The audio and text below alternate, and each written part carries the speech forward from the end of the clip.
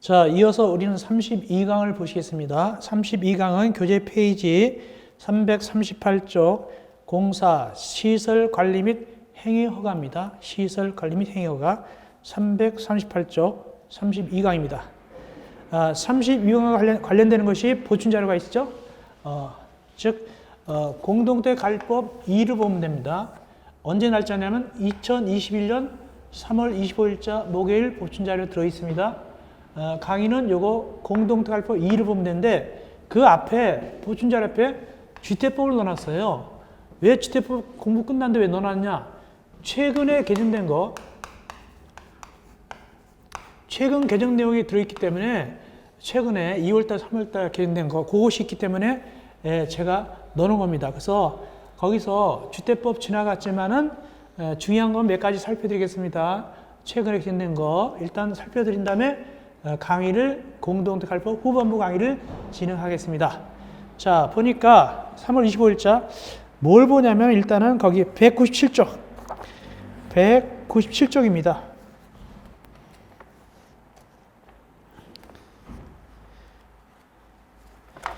197쪽에 가운데쯤 동그라미 2번입니다. 동그라미 2 보면 동그라미 2번입니다. 13번 주택조합의 해산 등에서 동그라미 2번 윗부분을 보니까 주택조합의 발기인은 법 11조 3 1항에 따른 조합원 모집 선고가 수리된 날부터 쭉 나가는데 뒷부분 총회는 주택가입 신청자 3분의 2 이상의 찬성을 의지한다.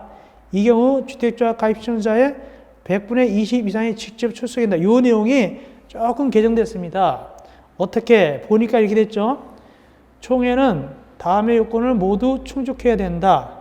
기업, 주택조합 가입 신청자의 3분의 2 이상의 찬성을 의견할 것. 니엇, 주택조합 가입 신청자의 100분의 20 이상이 직접 출석할 것. 여기까지 거의 갔죠. 근데 다만 여기 옆에 영입조 5항 전단에 해당하는 경우는 제한다로 되어 있죠. 소위 말해서 전자적 방법으로 총회 개최할 때는 제한다. 그 뜻입니다. 자, 그래서 이게 새로 들어간 거랑 마찬가지예요. 요즘 코로나 때문에 원래는 100분의 20 이상이 직접 출석해야 되는데 코로나 때문에 출석 못할 수도 있잖아요. 그럴 때는 이제 전자적 방법으로 하거든요. 전자적 방법으로 총회 개최할 수 있고 그럴 때는 100분의 20 이상이 직접 출석할 수는 없죠. 그건 그 방법으로 할 수밖에 없다. 전자적 방법으로 한다. 그 뜻입니다. 그것이 새로 들어갔고 그 다음에 뭘 좀 보냐면은 쭉 가시고 나머지는 다 우리가 지난번에 했던 겁니다. 어디를 봐야 되냐면은 페이지 246쪽 페이지 246쪽입니다. 페이지 246쪽에 거기 제일 위에 페이지 246쪽 제일 위에 위반시 효력 그래가지고 지위 무효화 또는 계약 취소 해가지고 끝부분 지위를 무효로 하거나 이미 체결된 공개계약은 취소할 수 있다. 이렇게 되는데 이걸 이번에 배웠습니다. 취소하여야 한다. 취소하여야 한다로 고쳐야 됩니다. 이제는 9월 10일자 시행입니다. 시험은 9월 18일이기 때문에 10일자도 범위에 들어갑니다. 그래서 취소할 수 있다가 아니라 취소해야 한다라고 꼭 고쳐놓고 그 다음에 제일 밑에 246쪽 제일 밑에 보니까 5번, 6번을 집어넣으라고 되어 있죠. 5번하고 6번 집어넣는데 이게 뭔 소리냐면 5번, 6번은 뭐냐 하니까 위반자한테 그 아파트를 샀어요. 위반된 건지도 모르고. 근데 나중에 취소되니까 아파트가 둥 떠버린 거예요. 돈 주고 샀는데. 그런 곤란한 걸 막기 위해서 선의로서, 악의가 아니고 선의로서 위반자 건지 모르고 아파트를 산 사람한테는 어떻게 한다? 그걸 소명하면은 계약을 취소해서는 안 된다. 봐준다는 뜻입니다. 그래서 이것이 새로 들어갔어요. 이게 한번 매스컴에 나온 적 있죠. 위반자한테 모르고 샀는데 나중에 취소되는 바람에 아파트가 둥 떠버렸단 말이죠. 그러면 안 된다. 즉 모르고 산 사람한테는 봐주겠다. 소명하면 이거 위반하는 건 저하고는 전혀 상관없습니다. 라고 소명하면 그 공계약을 아파트 분양 계약을 취소하지 않는다. 취소는 안 된다. 그런 얘기가 되어 있습니다. 그것이 이번에 새로 들어갔습니다. 그 다음에 이제 248쪽 올라가서 249쪽 보면은 248, 249쪽에 표가 있죠. 그것이 이제 거기 일부 개정이 됐어요. 그건 굉장히 복잡한 거니까 참고로만 보시면 됩니다. 248페이지 249쪽에 표에서 일부가 개정됐다고 거기 2월 19일자 개정된 걸 표시해놨어요. 근데 그대로 고쳐만 넣으면 되고 실제로 제가 외우라고 권하고 싶지는 않습니다. 너무 복잡하기 때문에 그건 참고로만 보시면 되겠습니다. 그 다음에 뭘 좀 하나 또 봐야 되냐 하니까 249쪽 밑에 249쪽 제일 밑에 거기 전매 제한 예외 있죠? 전매 제한 예외. 대통령령으로 정하는 경우랑 이렇게 돼 있죠? 그래서 거기 보충자료 보니까 249쪽 아래 박스 안에 본문 아래 같이 한다. 대통령령으로 정하는 경우랑 다음 어느 행사에 해당하여 한국토지특공사 가르고 사업체가 공공택 특별법상 공공택 사업자일 때는 공공택 사업자의 동의를 받은 경우로 말한다. 이렇게 고치면 되고 1번을 좀 1번. 그 1번을 고쳐야 됩니다. 1번에 뭐가 들어갔냐면 결국에는 뭐가 들어갔냐면은 세대원 해놓고 이 말이 들어갔어요. 법 64조 1항 각고의 주택을 받은 주택을 공부한 사람이 포함된 세대의 구성원을 말한다. 이렇게 변했어요. 이것이 새로 들어갔어요. 법 64조 1항 각고 주택을 공부받는 사람이 포함된 세대의 구성원이다. 법 64조 1항 각고가 뭐냐? 전매금지. 전매금지 주택을 공급받는 사람. 전매금지를 얘기합니다. 그 내용이 새로 들어갔다. 1번 내용 중에 249쪽 밑에 박스에 1번 내용 중에 그것이 들어갔습니다. 그 다음에 250쪽.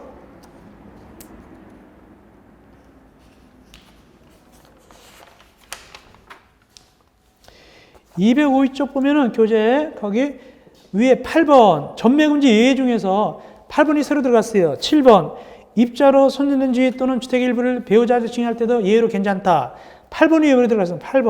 8번 뭐가 새로 들어갔느냐 하니까 실직, 파산, 신용불량으로 경제적 어려움이 발생할 때 이럴 때는 전매할 수 있도록 해놨어요. 이것이 새로 8번에 들어갔습니다. 이건 전매금지 안 걸려요.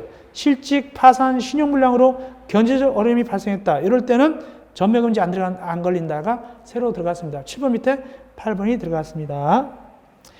그 다음에 이제 251쪽에 박스 보면 리을에 이게 이제 분양가 상한제 예외 중에 리을입니다. 한국토지특공사 또는 지방공사가 해가지고 그게 대통령령으로 자는 공공성 요건을 갖춘 경우는 또 나오죠. 대통령령으로 자는 공공성 요건이 뭐냐를 갖다가 거기 자세하게 넣어놨습니다. 좀 어려워서 잘 나오진 않겠지만 그래도 뭐가 공공성 요건이냐라고 넣어놨습니다. 제가 1. 한국토지특공사 지방공사가 법 50조 2항 4호 과목에 따라 해당 사업에 시행자가 참여할 것. 2. 주택의 전체 세대 10% 이상을 임대택으로 건설할 것. 이런 거. 이것이 공공성 요건이 되겠습니다. 그 다음에 이건 굉장히 어려운 내용인데 그래도 개정됐으니까 참고로 해드리는 것이고 그 다음에 251쪽 아래에 거기 리을의 A 내용을 추가한다. A 내용에 뭘 추가하냐? A가 뭐냐면은 도시 및 주거행정법상 2조에 따른 정비사업으로 면적, 세대수 등이 대통령령으로 정하는 요건에 해당할 것. 대통령령으로 정하는 요건이 뭐냐? 요건 사업이 뭐냐? 그겁니다. 1번 도시 및 중앙행정법상 거기 면적이 2만 제곱 미만인 사업. 그 A하고 관련된 겁니다.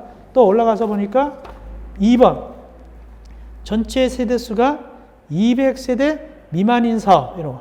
전 세대수가 200세대 미만인 사업. 이것이 바로 거기 대통령령이 정하는 요건에 해당하는 사업이 되겠습니다. 그 다음에 그 다음에 뭐가 가장 중요하냐면 이거 하나 한번 보면 되겠습니다. 뭐냐면 거주 의무 기간. 거기 몇 쪽이냐면 254쪽. 254쪽에 동그란 1번에다가 밑에 254쪽 동그란 1번도 개정됐는데 그 개정된 밑에다가 거주 의무기간이 또 새로 개정됐습니다. 자, 254쪽 밑에 괄호 3번 동그란 1번에 개정됐는데 그 개정된 데다가 또 뭐가 추가됐냐? 거주 의무기간. 이건 좀 아셔야 될 것 같아요. 이건 좀 알아야 될 것 같습니다. 어렵게 나오면 나올 수 있겠습니다. 자, 거주 의무기간. 그러니까 분양가 상한제 같은 일정한 기간 거주를 해야 되거든요. 1번 공공택지에서 건설 공급되는 주택의 경우 분양가격이 인근 주택 지역 매매가격 80% 미만 주택이다. 좀 싸죠. 분양가가 인근의 80% 미만이다. 이때는 5년 이상 거주해야 되고, 공공택지 지은 겁니다. 분양가격이 인근 지역의 80% 이상 100% 미만이다. 이건 3년 거주해야 되고, 2번 공공택지가 아닌 거는 어떻게 하냐? 80% 미만일 때는 3년 거주해야 되고, 그 다음에 80% 이상 100% 미만일 때는 2년 거주해야 됩니다. 이렇게 이 거주 의무기간을 요건 좀 알아놓으세요. 5년, 3년, 3년, 2년. 공공택지냐 아니냐에 따라 다르고, 분양가 상한제 같은 걸 어떻게 한다? 거주하게 돼 있거든요. 새로 개정된 거죠. 그 거주 의무기간을 꼭 아시기 바랍니다. 나머지는 참고로 보시면 되겠습니다. 자, 그러면 거주 의무기간이 가장 중요하게 됐네요. 이번에 개정된 것 중에서. 그러면 이제 본격적으로 32강 몇 쪽입니까? 338쪽.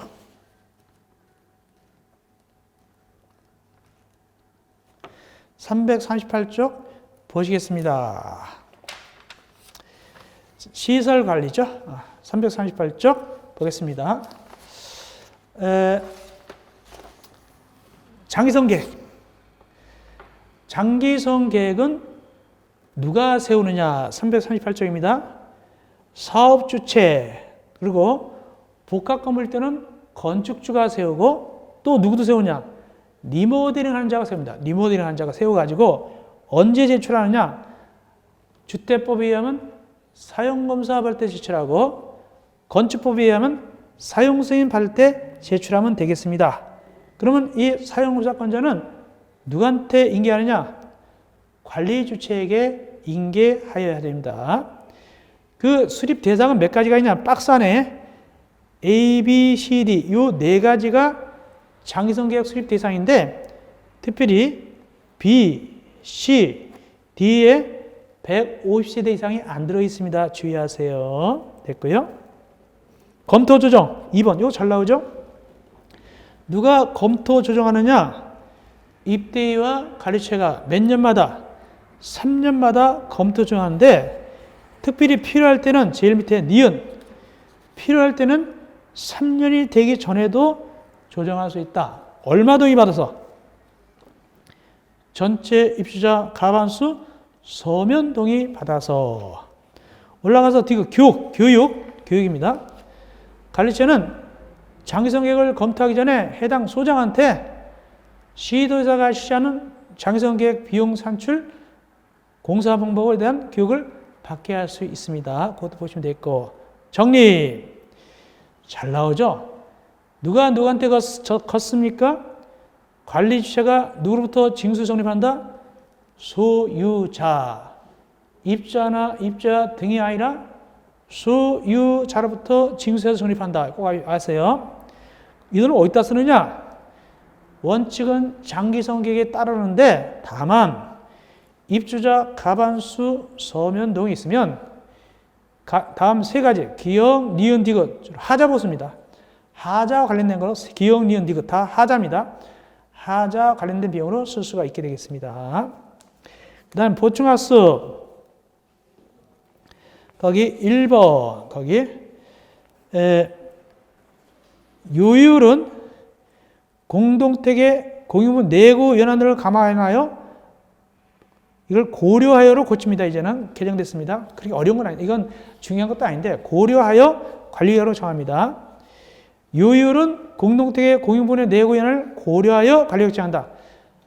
우리 2021년 3월 25일자 보신 자료 이제 그 주택법 끝에 보면은 공동택 관리 2가 있어요. 공동택 관리법 2가 있습니다. 요거 페이지 몇 쪽쯤 되냐면은 보신 자료 페이지 몇 쪽쯤 되냐면 약 7페이지 정도쯤 보면 나옵니다. 그렇게 하면 돼요. 그럼 그건 별거 아니지만 고쳐면 되겠고, 그 다음에 중요한 거는 거기 2번입니다. 건설 임대택을 분양전환 이후 관련부를 인계하기 전까지 장기적 충당금은 요율은 민간 임대 주택안특별법 또는 공공주택특별법 시행에 따른 특별선 충당 정리 요율에 따른다.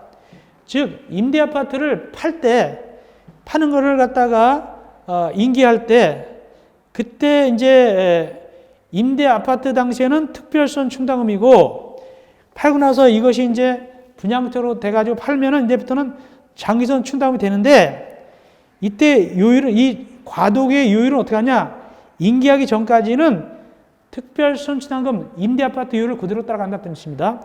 정식으로 이기가 되면, 팔게 되면 이제는 자기게 되겠죠. 그때는 장기선 충당 요율로 가게 되는 것이고, 그래서 정식으로 인기하기 전까지는 특별선 충당 요율에 따르면 된다. 그 뜻입니다. 다음, 세 번째. 장기선 충당금의 적립금액은 장기선 계획으로 정한다. 그것도 하시면 되겠네요. 그 다음에 네 번째. 충당금을 쓰려면 관리처가 장기선 충당금 사용 계획서를 갖다가 작성해가지고 입대 의결을 거쳐서 사용합니다. 그때 이 장기선 계획서 내용에 들어가는 건 뭐가 들어가냐? 밑에 1번, 2번 해서 거기 6번까지 내용이 들어가면 되겠습니다. 올라가서 5번 중요하죠. 언제 징수하느냐?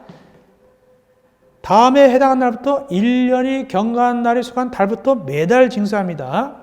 즉 주택법에서 사용검사나 이임사용 승인 받았으면 그날로부터, 건축법에서 사용 승인 받거나 이임사용 승인 받은 그날로부터 1년이 경과한 날에 속한 달부터 매달 징수하게 되는데, 적립하게 되는데, 이때 다만 임대택을 분양 전환할 때는 언제부터 그럴 때가 적립하느냐? 정식으로 인계한 날에 속한 달부터 1년이 아니라 정식으로 인수인계가 끝난 달부터, 임대사업자로부터 이제 임차인한테 넘어왔죠. 정식으로 아파트가 인수인계된 날부터, 인수인계 날에 속한 달부터 적립하면 되겠습니다. 그 전까지는 특별선 충당금이 되겠고요. 다음 여섯 번째, 미분양은 누가 부담하느냐? 사업체가 부담한다. 아주 잘 나오죠? 미분양은 사업체가 부담한다. 잘 나오죠? 그 다음에 7번, 8번 중요합니다.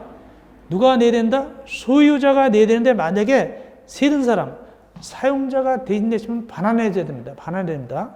그리고 혹시 사용자가 돈 냈다는 증명서 해주시오라고 얘기하면 8번, 이때 관리처는 지체 없이 확인서를 발급해줘야 됩니다. 그 정도 하시면 되겠습니다. 그 다음 제일 밑에 괄호 4번 안전관리계획 거기 수립 및 시행. 누가 안전관리계획을 갖다가 수립하고 시행하느냐? 의무관리상 관리처입니다. 관리처가 시설물별로 안전관리자 및 안전관리 책임자를 정해서 시행하게 됩니다. 이때 별표 2 340쪽 위에 시험 문제 잘 나옵니다. 이거 대상 시설 정엄 횟수 요 표를 좀 거의 외우다시피 하셔야 됩니다. 몇 가지 살펴드린다면 해빙기 진단과 우기 진단의 공통사항은 석축, 옹벽, 번면입니다. 번면은 뚝 같은데 경사진 부분을 얘기합니다. 그리고 해빙기 진단에 우물이 있고, 또 우물의 공통사항은 해빙기 진단 1번하고 5번의 위생진단에 우물이 들어있습니다. 우물은 해빙기 진단과 위생진단의 공통사항이다.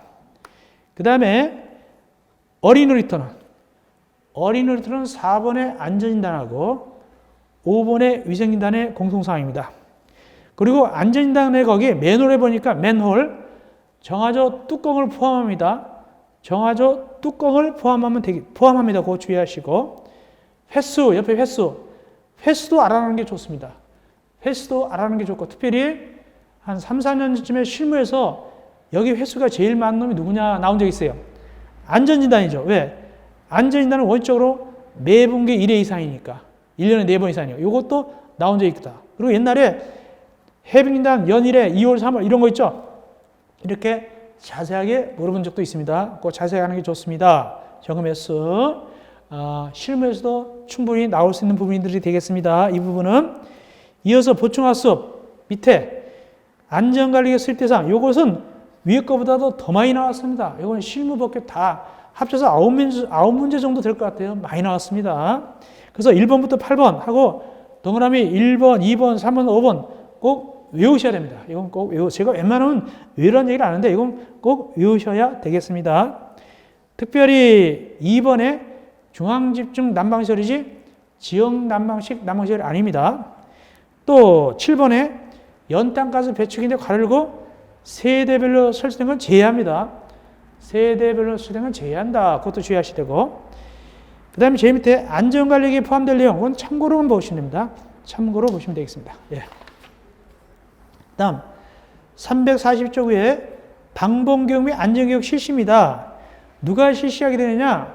시장, 군수, 군장이 실시하게 되는데 이때 교육을 받게 됩니다. 경비에 종사하는 사람, 안전관리에 따라서 시설물 안전관리자나 안전관리 책임자를 선정된 자는 교육받아야 되는데 박스 안에 교육시간 연 2회 이내에서 시장, 군수, 군장이 실시하는 횟수고 매해별 4시간 받아야 됩니다.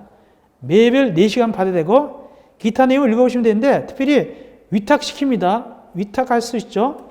방범교육은 경찰서장 인정받은 법인, 소방서장 인정받은 법인, 시설물은 인정받은 법인 이렇게 위탁교육시킬 수 있다를 보시면 되겠습니다.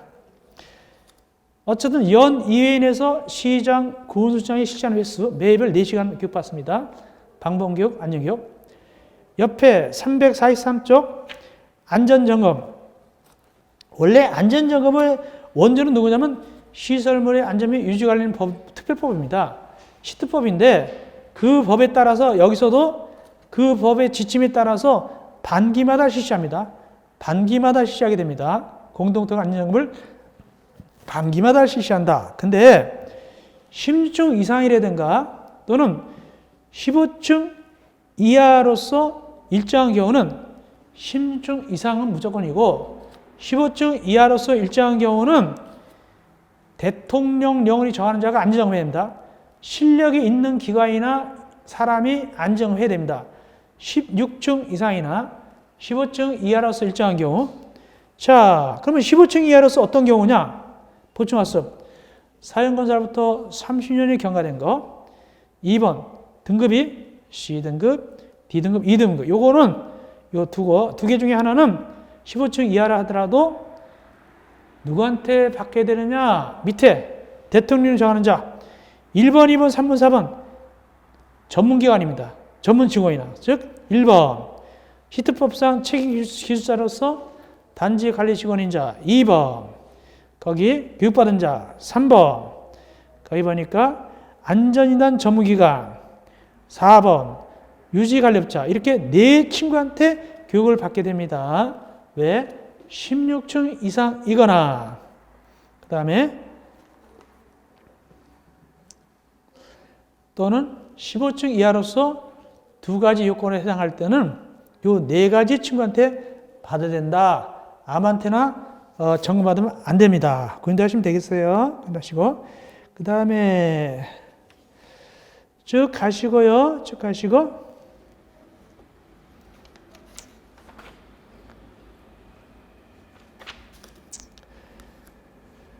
우리는 344쪽 위에 6번입니다.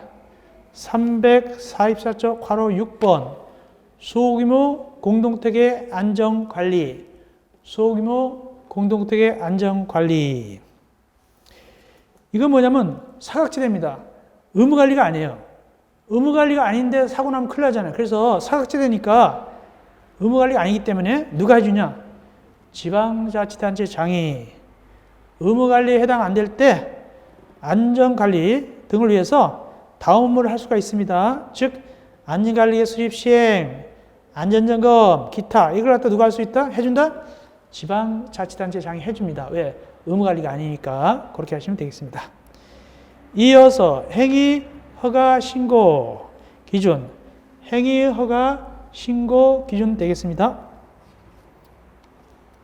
344쪽 행위허가 신고 기준이 되겠습니다. 자, 칠판전 잠깐 보시겠습니다.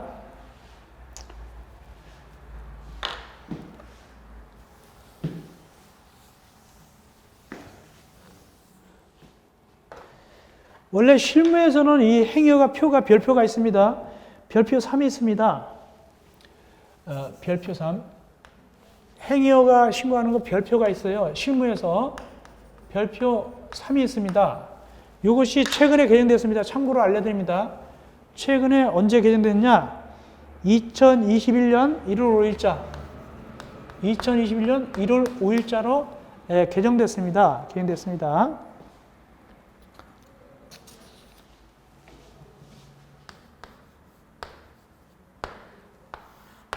그래서 요걸로 여러분들 실무할 때 공부하시는 게 좋겠습니다.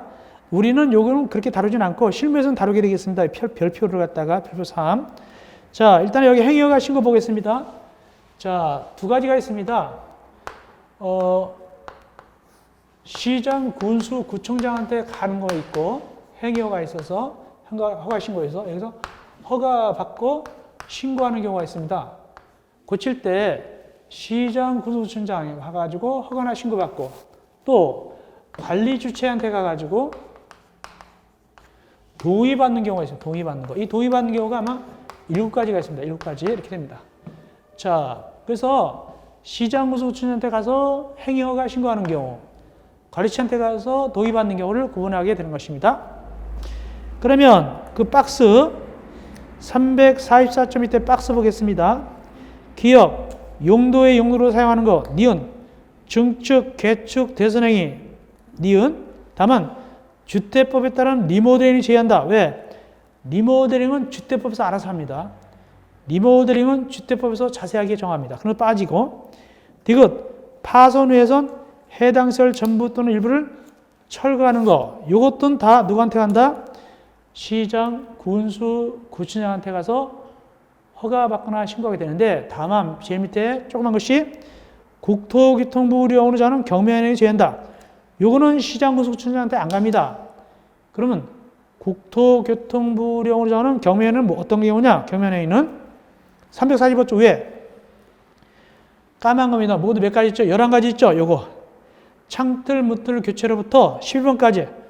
요거는 경미한 거기 때문에 시장, 군수, 구청장한테 안 갑니다. 다만 요 11가지를 일정한 요건에 해당하면 누구한테 가느냐?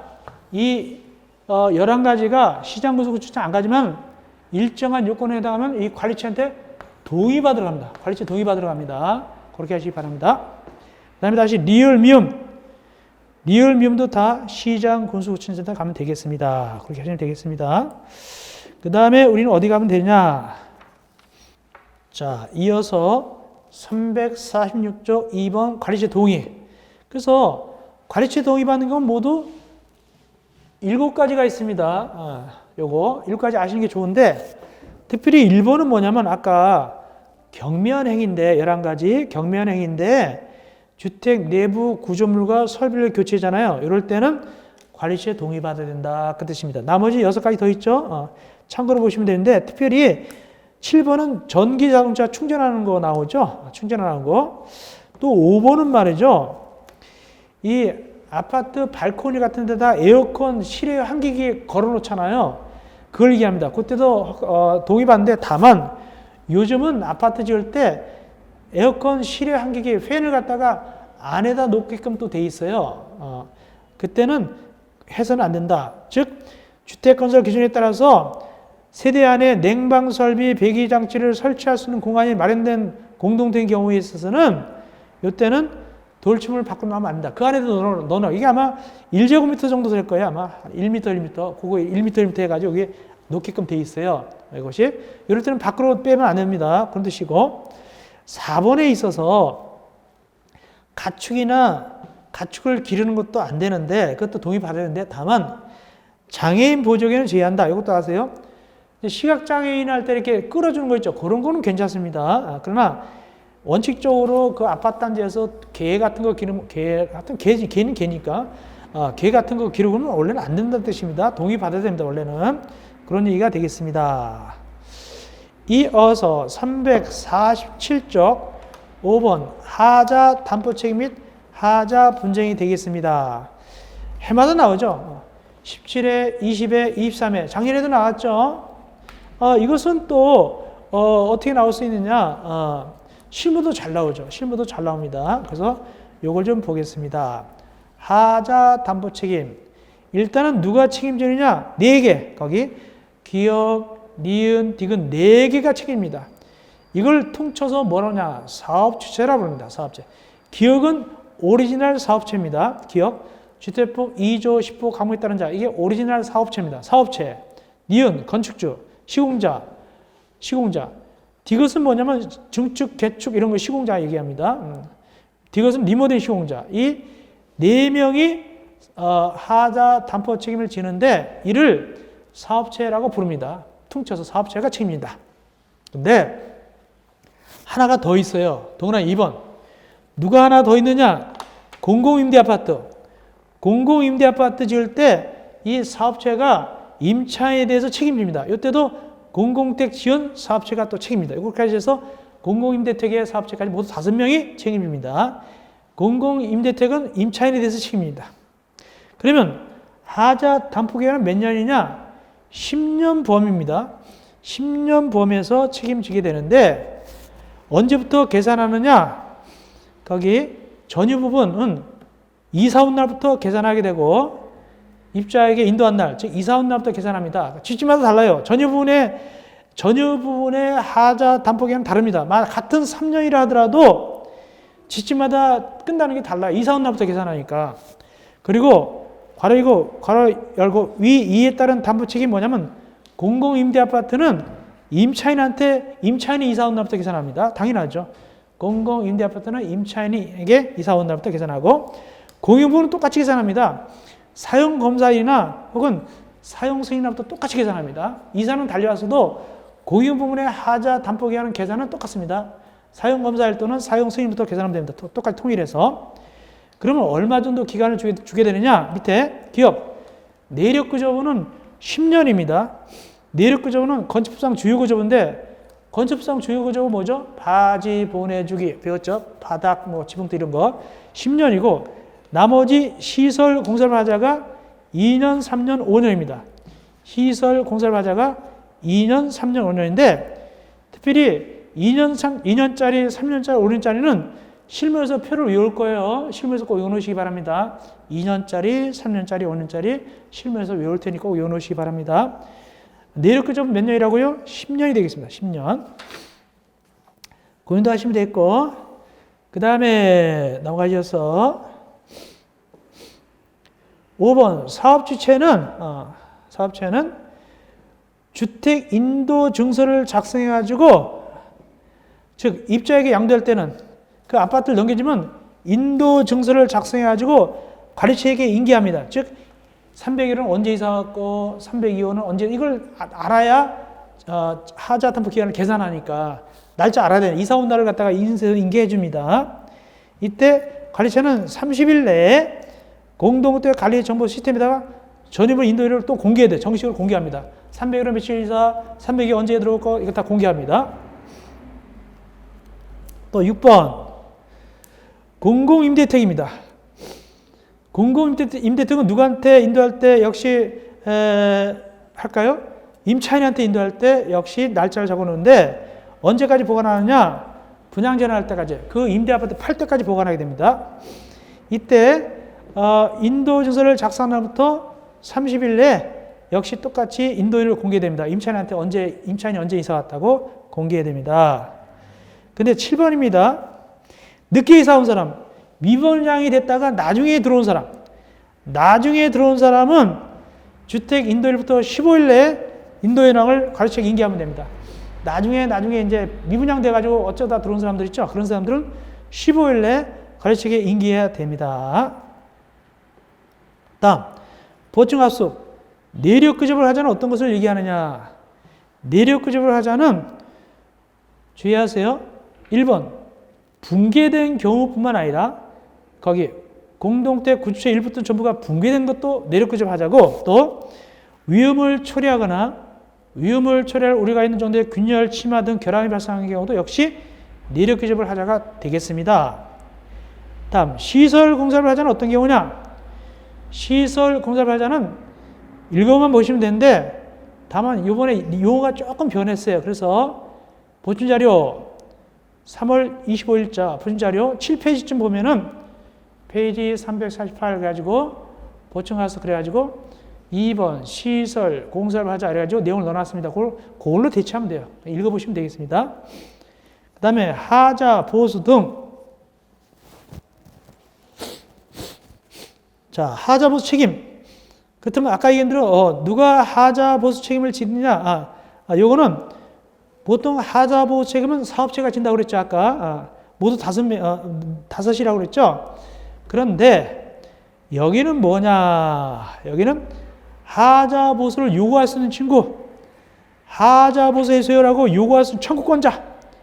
하자 보수 청구권자가 거기 5명이 나타나 있습니다. 입주자, 입대의, 관리체. 관리체는 대행할 때만 됩니다.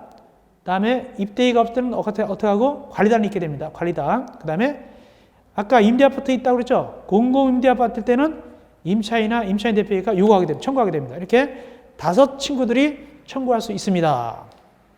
근데 이 5 친구를 갖다가 기역, 니은, 디귿, 리을을 합쳐서 퉁쳐서 뭐라고 하냐면 349쪽 위에 기역, 니은, 디귿, 리을을 합쳐서 퉁쳐서 뭐라고 하냐?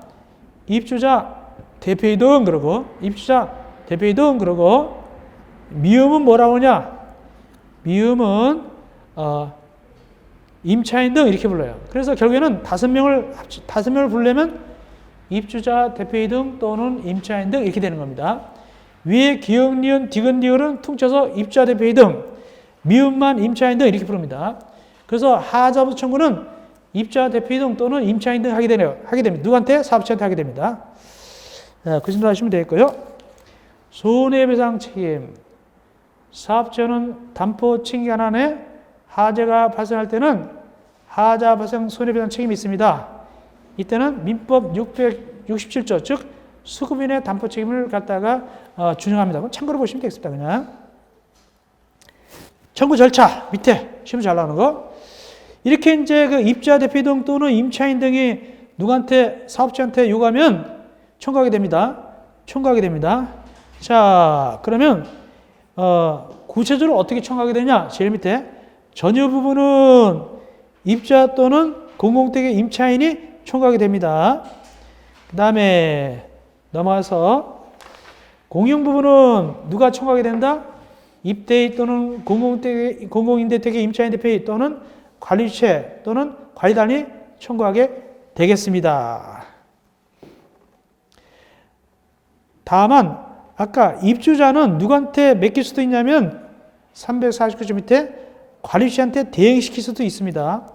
관리체한테도 대행시킬 수도 있습니다.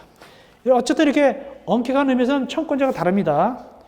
그 다음에 하자보수. 그럼 이제 며칠 내에 응해야 되느냐? 사업체가 15일, 350조 위에 15일 내에 하자보수하거나 그 계획서를 내야 됩니다. 그 정도 하시면 되겠고요. 그 다음에 4번 담보책임 종료. 이건 뭔 소리냐면은 한마디로 말씀드리면 담보책임 종료란 무엇이냐 취지를 말씀드리겠습니다. 하자 담보칭 기한이 어떻게 되냐면 이렇게 되죠.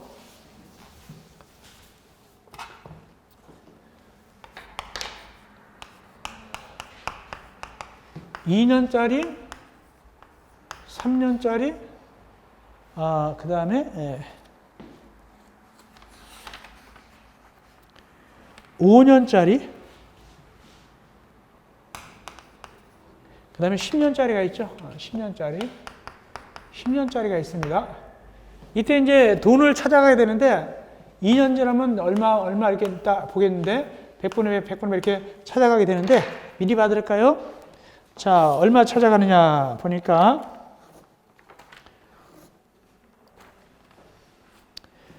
1년 지나면은 거기에 2년 지나면은 100분의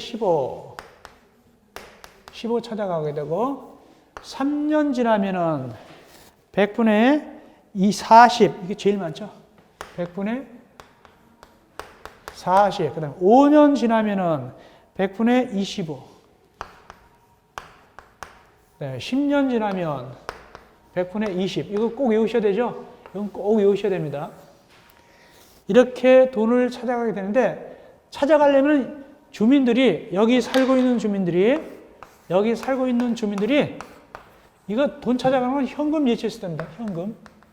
현금 예치했을 때 돈 찾아가는 겁니다. 주민들 이상 없습니다 라고 확인해 줘야 돼요. 확인서 띄워줘야만이 이 사업체가 돈을 찾아갈 수 있어요. 돈을 다시 반환받을 수 있어요. 보증금을, 하자보수 보증금을. 이 확인을 받기 위해서 사업체가 미리 통보합니다. 며칠 전에, 만료 30일 전에 이상 없나 보세요. 이렇게. 그래서 사업체는 담보期限이 만료되기 30일 전까지 만료 예정일을 해당 공동 입자 대표의 또는 임차인 대표에 서면 통보한다. 뭐냐? 이 경우 사업체는 다음 사항을 함께 알려야 된다. 거기 청구한 걸 갖다가 언제까지 완료했습니다. 또는 만약에 청구할 권리를 행사 안 하면 없어집니다. 이런 사실을 갖다 알려줍니다. 30일 전까지. 그러면 이제 부랴부랴 이제 혹시 비세나 다 살펴보겠죠. 그래가지고 이제 이상 없다고 확인 받아야 됩니다. 특별히 올라가 보니까 전유 부분은 누구한테 확인 받냐면은 입주자나 임차인들한테 확인 받습니다. 그렇기 때문에 입주자 대표나 임차인 대표가 거기 게시판에다 20일 전고 게시하게 됩니다. 그런 사실을 공유 부분은 그냥 입주자 대표나 임차인 대표가 확인해주면 됩니다. 그렇게 됩니다. 전유 부분은 집집마다 확인 받아야 되고 공유 부분은 직접 입주자 대표나 임차인 대표가 확인해주면 되는데 다만 이것도 동의 받아야 됩니다. 자, 견도하시면 됐고요. 그래서 동네 5번 확인서 작성. 그래서 전유 부분은 입주자한테 100% 확인서 받아야만이 됩니다. 이상 없다고. 근데 공유 부분은 입대 회장 또는 5분의 4 이상의 입주자의 거기 확인서를 받아야 됩니다. 거기 입대 회장 또는 5분의 4 이상의 입주자의 확인 받아가지고 이 종료 확인서를 받아야만이 돈을 찾아갈 수 있다는 뜻입니다. 그렇게 됩니다. 그 대신 밑에 니은에 입대 회장은 거기 종료 확인서를 작성할 때는 어떤 식으로 공유 부분에 대해서 작성하느냐 확인해 주느냐 그 뜻입니다. 거기 보니까 전체 입주자 5분의 이상이 서면으로 반대하면 이걸 종료 확인서 해줄 수가 없어요. 5분의 이상이 서면 반대하면은 종료 확인서 못 해줍니다. 공유 부분에 대해서 이렇게 절차를 밟아야 돼요. 무조건 밖에 도장 찍어주면 안 돼요. 공유 부분에 대해서 입주자 대표 회장이 밑에 20 이상 게시하고 이런 절차가 있죠. 또 입대 의결 거치죠. 이런 절차 거쳐야 됩니다. 공유 부분에 대해서는 전유 부분은 개인별로 다 100% 동의 받아야 되고 도정 받아야 되고 그래가지고 이제 돈 찾아가는 거예요. 그 정도 하시면 되겠습니다. 이어서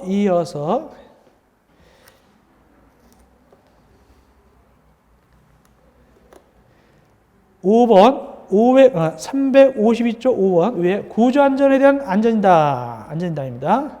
시장 등은 공동택의 구조안전에 중대한 하자가 있다. 그러면 안전진단에 의뢰하게 됩니다. 그 안전진단 기관이 뭐냐? 밑에 박스 5개 기관한테 의뢰합니다. 거기 기업, 한국건설기술연구원, 니은이 이제 명칭이 변경됐죠.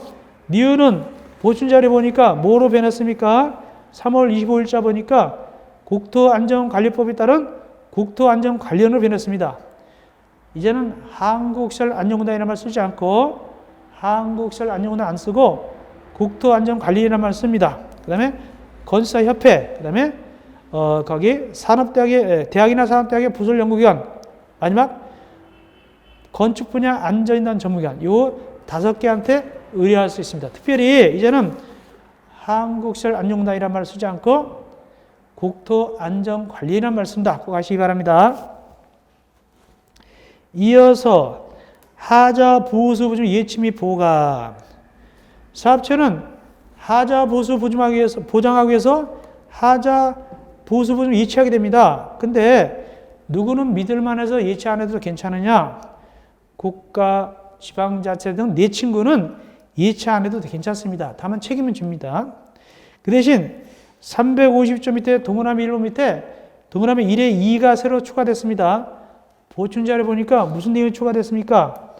동그라미 2번 입대 등은 하자 보수 보증금을 39조에 따른 하자 심사 분쟁 조정회의 하자 판정에 따른 하자 보수 비용 등 대통령령으로 정하는 용도로만 사용해야 된다. 그리고 의무 가리산 공동택의 경우는 사용한 다음에 30일 이내에 그 사용력을 누구한테 신고해야 된다? 시장, 군수, 고준진단에 신고한다. 이 내용을 갖다가 꼭 집어넣고 이건 아셔야 됩니다. 이 내용 그대로 아시기 바랍니다. 30일 내 사용력을 시장, 군수, 고준진단한테 신고합니다. 다음 제일 밑에 동그라미 2번 예치받은 자는 하자 보수 보증금을 거기 의무관리상 공동택 입주자 대표에 지급한 날부터 30일 내에 지급 내역을 갖다가 국토교통부 령을 정한 바에 따라서 시장 군수청에 통보하도록 되어 있습니다. 이 절차가 있단 말이죠. 이렇게 되어 있고, 그 다음에 353조 위에 3번 요것이 좀 변했습니다. 353조 위에 3번이 변했는데 보충자료 보니까 시장 등은 사용 내역과 지급 내역을 국토교통부 장관에게 제공하여야 된다. 이 말이 들어가면 됩니다. 3번 대신에 이 말이 들어가면 되겠습니다. 38조 사항을 요걸로 집어넣으면 됩니다. 나머지 그 다음에 밑에 3의 2를 또 집어넣으면 되고, 그건 별건 아니고요. 자, 그 다음에 354조 위에 동그라미 4번은 뭐냐? 하자 보수보증금을 언제 이체하냐면은 사용검사 받을 때 이체하게 된다. 누가 이체할까요? 사업체가 이체하게 되는데, 이때 현금 예치도 괜찮지만 보증서도 괜찮다. 어떤 보증서도 괜찮은가? 거기 기역, 니은, 디귿일 요 보증서로도 할 수 있다라는 뜻이 되겠습니다. 예. 자, 그런데 하시면 되겠고요. 예. 자, 그 다음에 쭉 내려가시고 하자 부수 보증금 범위. 하자 부수 보증금은 다음 금액으로 한다. 353조 밑에 100분의 3 기역하고 넘어가서 니은 있고 디귿 니을인데 어쨌든 다 얼마를 갖다가 이체하게 됩니까? 가격이 얼마다? 100분의 3을 이체합니다. 100분의 3을 이체합니다. 특별히 시험지에 나올 만한 거 어렵게 기역과 니은은 설명드리겠습니다. 시마 가이니까 기역과 니은은 설명드리겠습니다. 기역과 니은 설명드리겠습니다.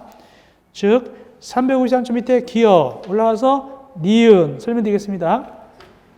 기역은 뭐냐면 대지 조성도 하고 또 공동도 지은 거예요. 아파트도 짓고 땅도 조성한 겁니다. 이때는 어떻게 가격을 계산해서 100분의 3이냐 그 뜻입니다. 설명드리겠습니다. 이미지를 갖다가 쉽게 설명드릴게요. 자, 기역일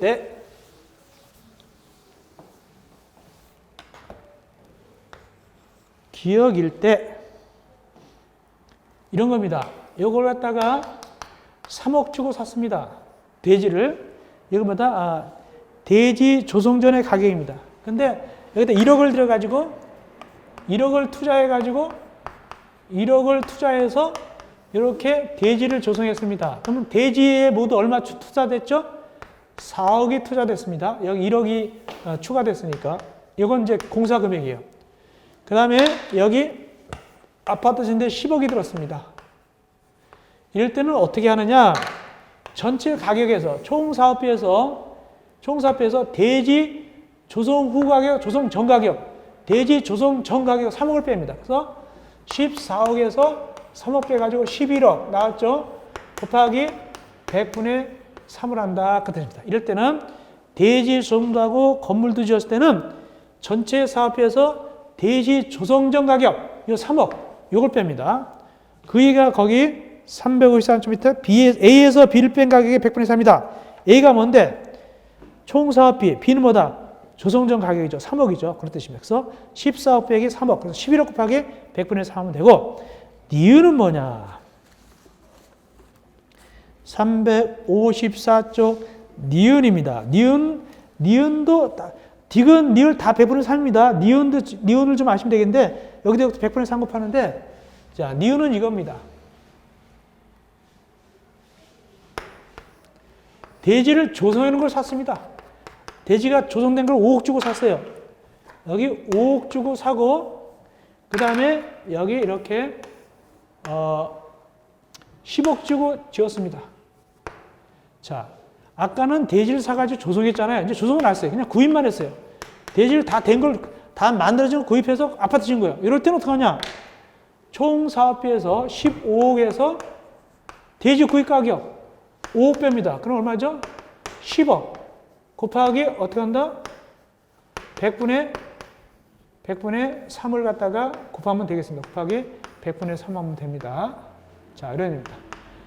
이미 대지가 조성된 거는 구입했잖아요. 구입 가격하고 아파트 지은 가격 합쳐서 구입 가격 빼면 돼요.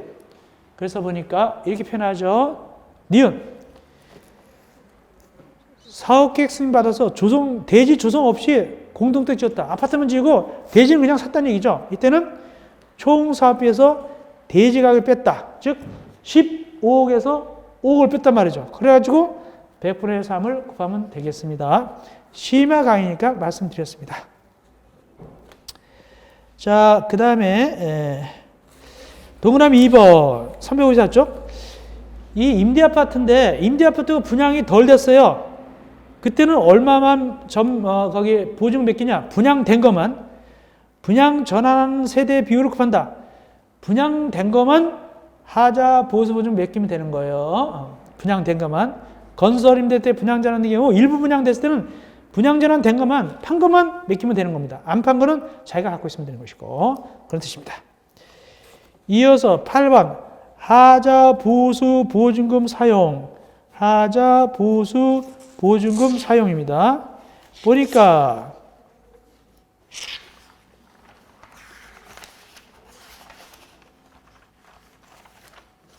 아까 했던 얘기가 또 나옵니다. 거기 아까 했었죠. 거기 대통령령은 용도로만 써야 되고 30일 내 그 시장 군수한테 신고해야 되죠. 아까 했었죠.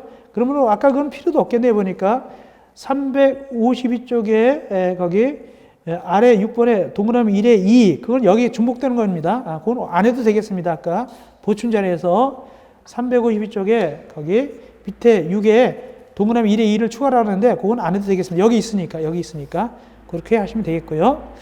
자, 어쨌든 간에 어떤 용도로만 써야 되느냐? 밑에 거기 1번, 2번, 3번, 4번 다 뭐가 관련됩니까? 이 하자 보수 비용 등 대통령령으로 정하는 용도다. 이게 바로 1번, 2번, 3번, 4번입니다. 거기 하자 보수 비용 또 뭐 다 주로 뭐다?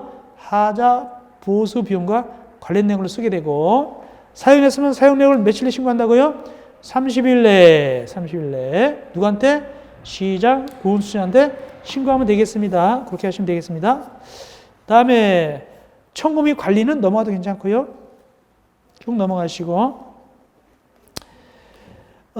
거기 355쪽에 관리 좀 봅시다. 동그라미 3번. 하자 보수 분서 발급 기간은 하자 보수 분서 지급할 때는 개인한테 돈 주면 안 됩니다. 현금을 주면 안 되고 금융계좌로 이체하는 방법으로 지급한다. 즉 계좌 이체로 통장에다 넣어줘야 되고 입대인은 그걸 갖다가 현금 관리하면 안 되고 금고 넣어놓고 현금을 관리하면 안 되고 계좌로 통장으로 관리하게 됩니다. 그래서 현금이 절대 왔다 갔다 하지 않고 어떻게 한다? 계좌 이체하고 계좌로 또 관리하게 됩니다. 자, 의무관리 대상일 때는 어디에 계좌일까요? 보니까 회장 인감하고 소장 직인 복수로 등록한 금융계좌에다가 이체하게 되고 계좌 이체하게 되고 의무관리가 아닐 때는 그때는 이제 입대기가 없죠. 이때는 관리단이 있죠. 그때 관리인의 인감을 등록한 금융계좌에다 이체하게 됩니다. 니은의 의무관리가 아닐 때는 입대기가 없잖아요. 관리단만 있으니까 관리인의 계좌, 관리인 통장에다 하게 된 것이죠. 고민도 하시면 되겠습니다. 그 다음에 제1대 5번. 입대인은 하자 보수분으로 사용할 때는 사용일부터 30일 내에 명세를 사업자에게 알려줘야 됩니다. 내가 얼마 썼다고 알려줘야 됩니다. 사업자한테 알려줘야 됩니다. 반환 굉장히 중요하죠. 이건 반드시 외우셔야 되겠습니다. 쉬운 문제 나올 때 잘 나옵니다. 쉬운 문제로 할 때 잘 나온다. 실무, 법규 다 잘 나오게 되겠습니다. 즉 아까 여기에 나온 대로 아까 썼죠. 2년경과 100분의 15 그다음에 3년경과 100분의 40 5년경과 100분의 25 그다음에 10년경과 100분의 20을 갖다가 반환하는데 이때는 보증서로 했을 때 반환하는 것이 아니라 현금 맡겼을 때만 현금 맡겼을 때 반환하는 겁니다. 각각 2년, 3년, 5년, 10년 대 어느 날부터 계산하느냐? 일반적으로 주택법에 있었으면 사용검사 받은 날부터 계산하면 되고 2년경과 건축법에 의해서 짓거나 또는 임사용 승인받을 때는 사용 승인 또는 임사용 승인부터 계산하면 되겠죠. 그렇게 됩니다. 그래서 주택법은 보통 사용공사부터 계산하면 되고 2년 계산할 때, 3년 이런 계산할 때 건축법에 지었으면 사용 승인부터 계산해가지고 하게 되겠죠. 그래가지고 2년, 3년, 5년, 10년에 따라서 비율은 꼭 외우셔야 되고 마지막 동그라미 2번 이때 반환할 때 돈을 이미 썼어요. 하자가 나서 돈을 썼으면 어떻게 하느냐 계산은 쓴 것까지 합해서 계산하고 이미 돈 쓴 것은 반환하지 않습니다. 그래서 동그라미 2번 반환할 때 계산은 돈 사용한 것도 넣어가지고 100분의 30, 100분의 20 계산하게 되고 100분의 40, 100분의 15 이렇게 계산하게 되고 그래놓고 이미 돈을 사용했으면 그 부분 빼고 돌려줍니다. 그 부분은 빼고 돌려줍니다. 그것이 바로 포함하여 계산하되 사용한 건 돈 안 돌려준다. 그 뜻이 되겠습니다. 그것이 동그라미 2번이 되겠습니다. 쉬었다가 우리는 33강에서 하자 심사 및 분쟁 조정에 대해서 33강에서 만나 뵙겠습니다. 여러분들 고생했습니다.